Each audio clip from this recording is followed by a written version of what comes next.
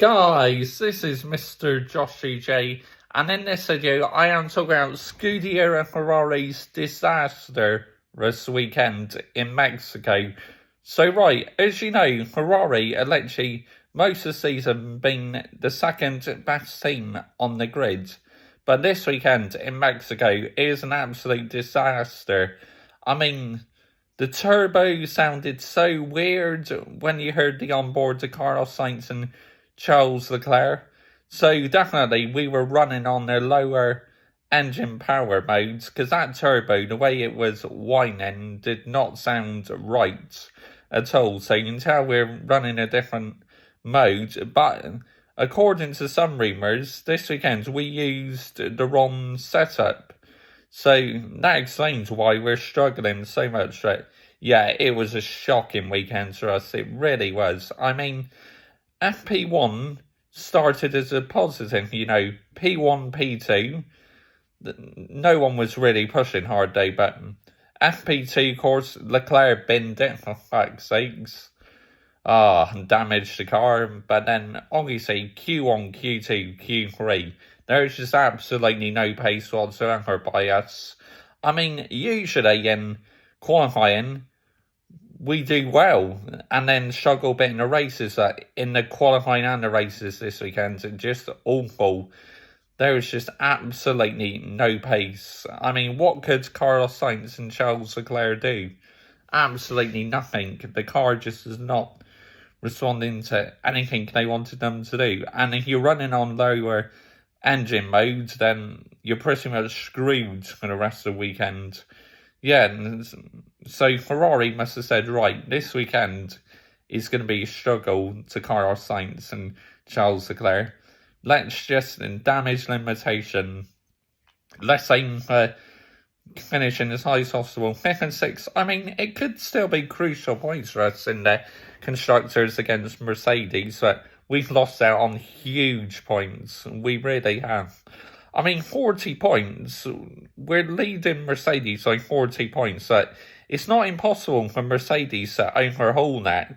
I mean, if we have a double DNF and say they somehow get a 1 and 2, then they're very much favourites to pip us into the second place. But I believe we still will get the second place. It's just, that was not good in the weekend. I'm hoping it's just going to be a one-off for us.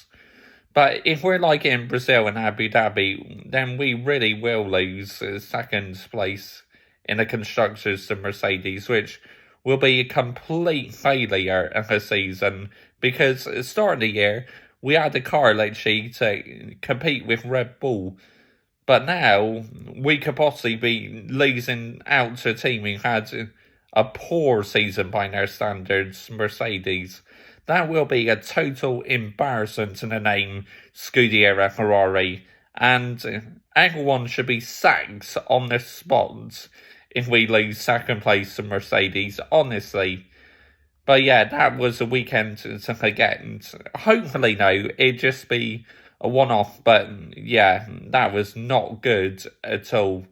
I mean, to be slower than Mercedes, because we've always been really this season in qualifying very strong and the second best team all weekends. This weekend we were nowhere near Red Bull and Mercedes. Which is a worry, it really is.